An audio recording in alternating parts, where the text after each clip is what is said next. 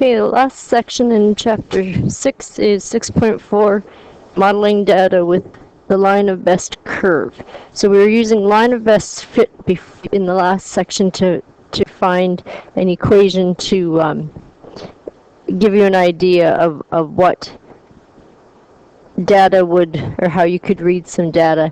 Now we're going to, the examples that we're going to have here are going to deal with using a curve to be able to read that data. I'm going to have to pause. Okay, just had to do a realignment there. So our goal is to determine the quadratic or cubic function that best fits a set of data and use that to solve a problem. So curve of best fit is the curve that best approximates the trend on a scatter plot. So Shannon is a police officer who investigates accidents. She can estimate the speed of a car before a collision based on a skid. So speed on dry pavement, we're looking at from 0 to 100 kilometers an hour, and then the skid length. So 0 to 56.3 meters in length. So what we want to do is create a scatter plot of this on our graphing calculator. So just as I already entered my data, but as a refresher for you, you go into stat, and we want to edit. So we have our list. So I've entered in my data there already. So now it says for you to, just so that you can have a better window for doing this, if you use Xmax or Xmin at -10 and Xmax to 140, so we're just going past that 100 kilometers.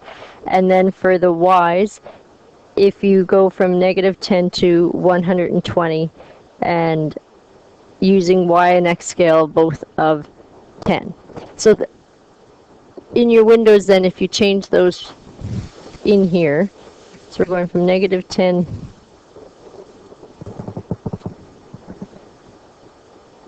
to 140, going up by tens.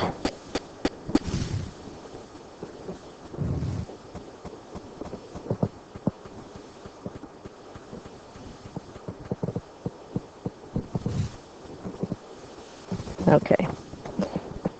So, and you want to make sure your stat plot is on. So just to make sure you go to second, Y equals stat plot. So I've got my scatter graph on there. So I'm good for that. So now I can graph it.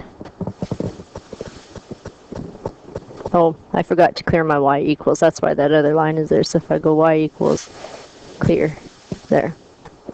Now my graph. So there, that is what my data looks like on here.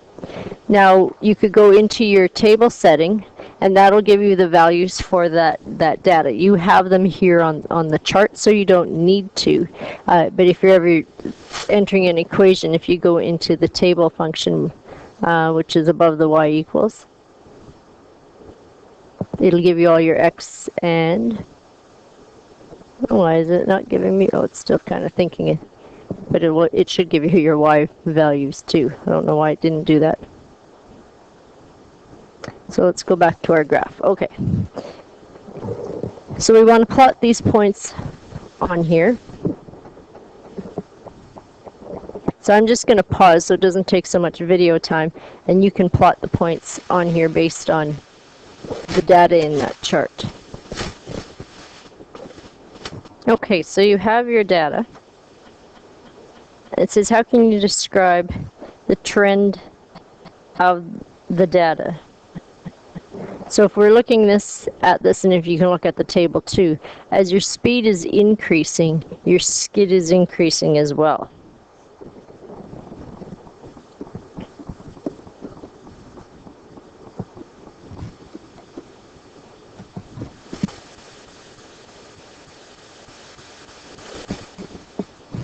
So as it's increasing constantly too, because it's going every 10 kilometers we go up, it is increasing, and because it's making that curve, it's increasing exponentially.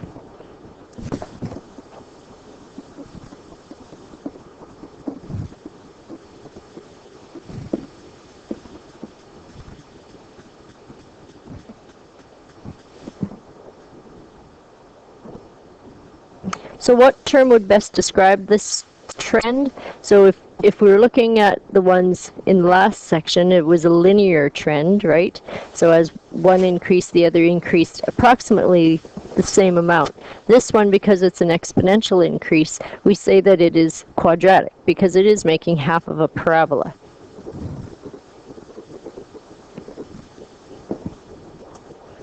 So we want to write the regression equation of the data. So to do that, you bring up your graphing calculator and you go into your we want calc is what we end up at. So we go to the stat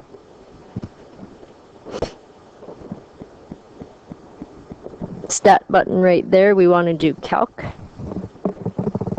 and we want our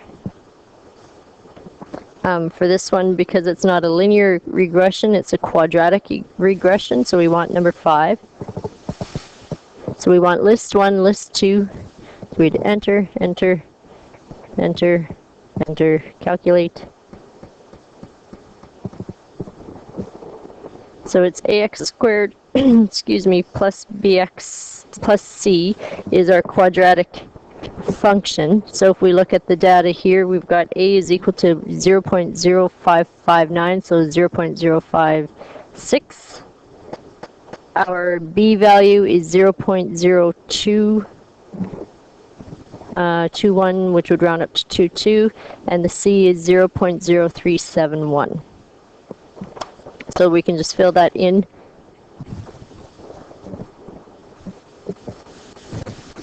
So remembering that our quadratic function looks like this, and based on the information that it was able to calculate, 0.056 x squared plus 0.022x plus 0.0371.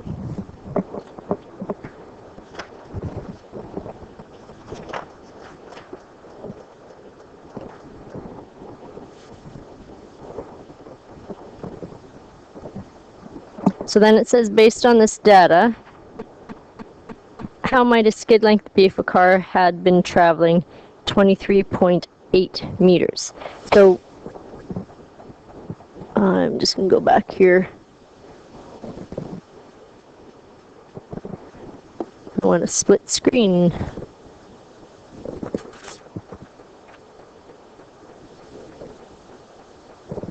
I don't see it on here. Okay. Anyway. So if we look here, we're looking at 65 kilometers an hour. So 65 would be about here. Oh, I should have drew my curve in here. I missed that.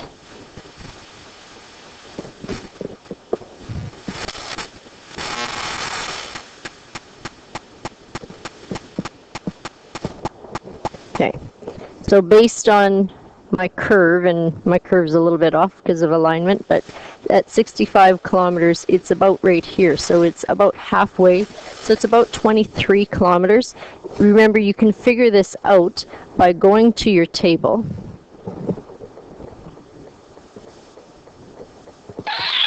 Where's my table button? I keep missing that one. Second. It's not giving me my... Okay, I'll have to figure out why it's not giving me my Y buttons, or my Y values, but you would just go down to 65 on here, look at the corresponding Y. The other thing that you could do is to just substitute in a 65 into your equation for the X's, and that will give you the answer too. So this would be closer to 23.8 meters. And because it's within the distance that we looked at in the values, this would be an interpolation. 84 kilometers an hour, again, would be that same thing. We're looking within the values that were given to us, the data that was given to us. So that would be another example of interpolation. So if I look on my graph, 84 would be about halfway between here. So it would end up there. So it's about 30, based on where my graph is, it's probably, looking at the graph, about 38 kilometers. if you looked on the table again, it's going to give you the actual data, or the other one is to substitute that 84 into your equation. So either way, it ends up actually being 39.7 kilometers. So that again is interpolation. 120 kilometers an hour. So by looking at our graph, that's past the data we have. So you could either extend your graph and take a guess that way. You could plug in that 120 kilometers an hour, or you could put into the equation here y1 equals, and then the equation. So it was 0.056 x squared plus 0.0022x plus 0, decimal should be okay, 0.371. I've got a value in there wrong somewhere, because my data should have given me that line there. Anyway, so what I could do to is then just to do a trace on here, and then move my calculator up. I want to be on the other graph. There we go. What did I plug in wrong? Oh, that should be 0.0556. Okay. Where's my insert? There. That's better. Okay. So now, once it's done there, I could do my second. I don't want to. I did the wrong button, sorry. Second graph. There we go. So there's our thing. So if we want x equals 65, move down. That's going to take too long. Let's do it the other way. Let's do our trace. So I'm going to move this. Oops, went too far. Actually, oh no, I want 120. I'm going to skip on to the other one.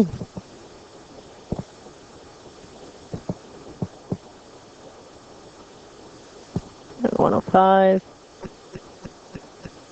So 120 is 81 point. That's a little bit over 120, 81.62, so you would go a little bit less.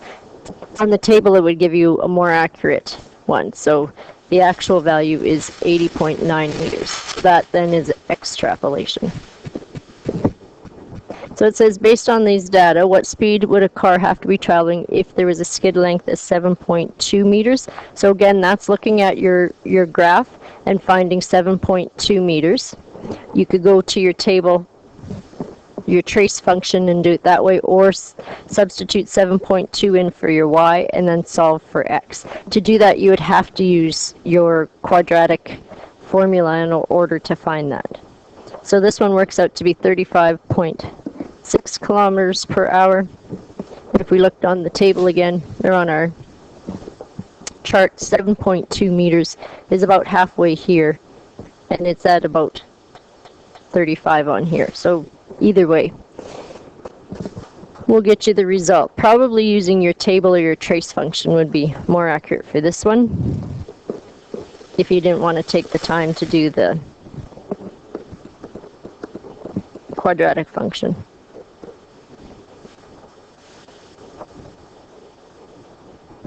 Okay, I'm just going to pause for our data for the next one and enter that. Okay, so this is, the following data shows that average retail price of gasoline per liter for a selection of years in a 30-year period beginning in 1979. So we've created a scatter plot on the graphing calculator. We've set our window here, and I actually, what I did, there's two ways of doing it. When I went into Zoom, there's a zoom stat function. So you can hit that and it will automatically set your your window so that you can see the data there. And if you hit window, you'll see my data is kind of close, or my window settings are close to what the suggestion was here. The only thing I want to change on here, did it go past? I just want to make sure my X max, what was that at 30? I'm going to change this one to 40. And this is just based on questions that we're going to be answering. So,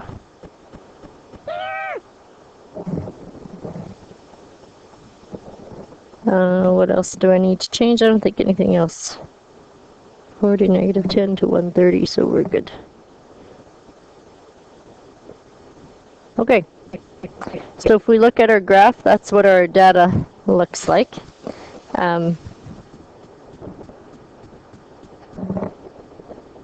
Just for time's sake, I'm not going to put the graph on there, but basically, if you went up on the side here, if you said every 2 was 15,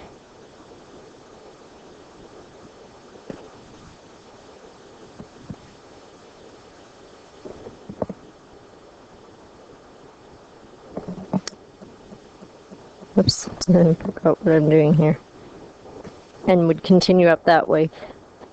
And then going across the bottom, if you just went up by ones, because it's going by years, so 1, 2, 3, 4, 5, 6, 7, 8, 9, 10, and so on. So the graph, when you finally do graph it,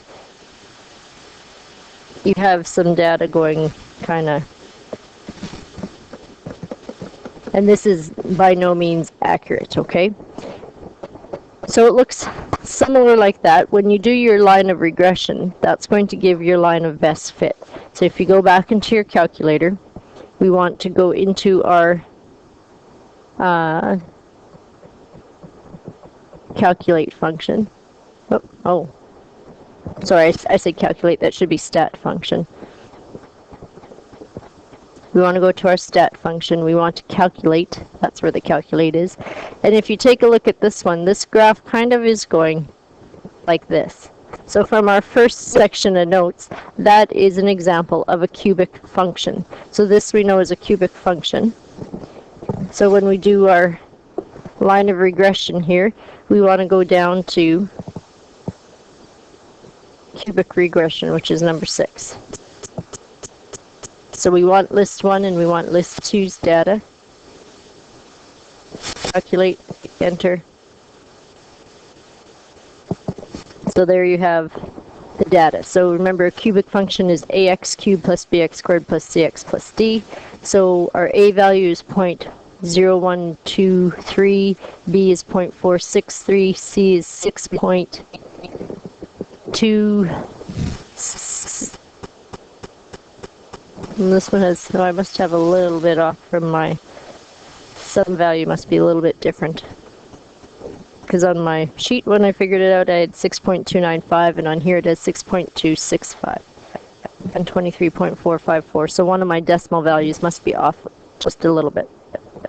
So once you've got your A, B, C, and then your D is of course your constant for this one, then you can plug it in. So what term best describes this trend? This is a cubic. Our line of regression is y is equal to 0.123 x cubed minus 0.465 x squared plus 6.295 x plus 23.454. So again, I didn't go back to check my data that I entered in there, but my guess is I've just made a mistake in entering one of these decimal values. So based on that should be this data, what would the average gas price have been or will be in the following years? So in 1984, this was done in 1979, so that'll be 5 years later. We should put in our line of regression here. So I'm going to use this one that I have on the board, not the one that I calculated. So it's going to be off a little bit, but that's okay. So 0.123x to the power of 3. And remember when you do that to hit the over arrow so that you're not putting this all as a power. 0.465 x squared plus 6.295x plus 23.454. Alrighty. Graph it, cross your fingers that it works in here, and it's going to be fairly close because I'm just off 1/1000th of a decimal point. So you can see on the line of best fit, I've got some data above and some data below, and what it'll work out to be is about half on top and half below. So that's what you want for your line of best fit. So when you graph this in on your actual sheet, then you want to see what is that that value for whatever you're picking. So we wanted to look at 1984. So 1984 was 5 years in. So I want to trace, and I'm just going to move over and see which one. Okay, so I want to jump onto the other line. So 5 years in, let's move this down.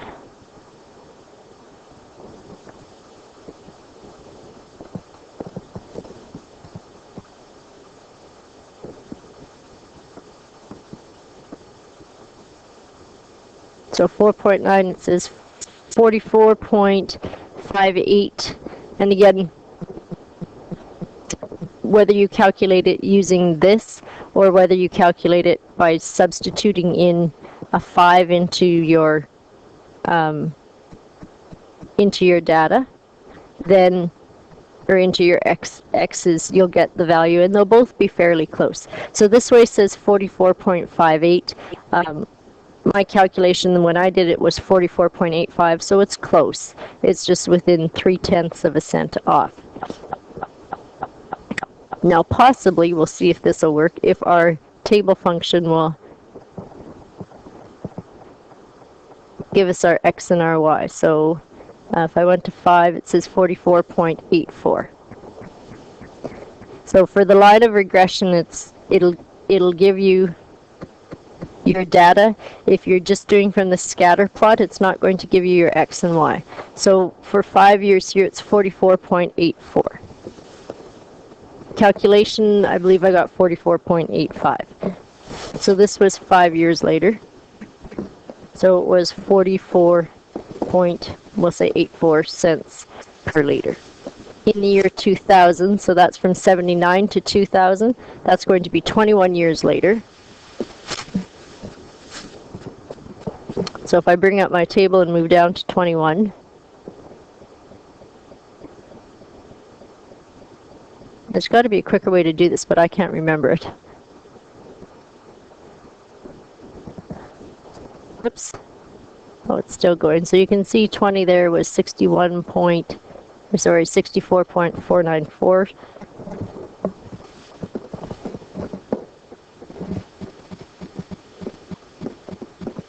And with my calculation, I had 64.55. So 2015 will be in year 36. So whether you trace, enter, or use the table, they're saying in 2015, the price should be 221.16 cents per liter. So this is the same as $2.21 per liter. And I can't remember what our gas price is today. I think it was $1.27 or $1.28, something like that. So you can see they're a little bit off on their trends here. So then it says, based on these data, when would the average price have been? So these values. So again, you can use your table and look these up, or you can use quadratic function to solve. So this one was 7.7 years. So about 8 years, so that'll be about 1987. This one for 100 cents per liter or $1 is at about 27.4 years. So that's in 2006. So I'm just adding that on to 1979. And 20 cents per liter was 29.5 years, which would make that 2009. So it's close, a little bit off, but not too bad. So our points here, if the points on a scatter plot seem to follow a predictable curve, then there may be a quadratic or cubic relation between the independent and dependent variable. So if the points on a scatter plot are quadratic or cubic, graphing technology can be used to find the curve of best fit. To solve an equation, you graph the corresponding function of each side of the equation, so you need to do both the x and the y. The x-coordinate of the point of intersection is the solution to the equation. So when you're trying to find out what the y value is, you look for the x and match it up. So that's what we were doing there. So we can use technology to find that regression to determine the curve of best fit. Polynomial regressions result in an equation of a curve that balances the points on both sides of the curve. So you have the same amount of points on top as you do below. A curve of best fit can be used to predict the values that are not recorded or plotted. Predictions can be made by reading values from the curve or by using the equation of the curve of best fit. And that's what we had done. We had taken a look at the graph and picked out the value there, or the other way to do it was to substitute in that x value. So in 7 years, substitute 7 into the equation and find out your value.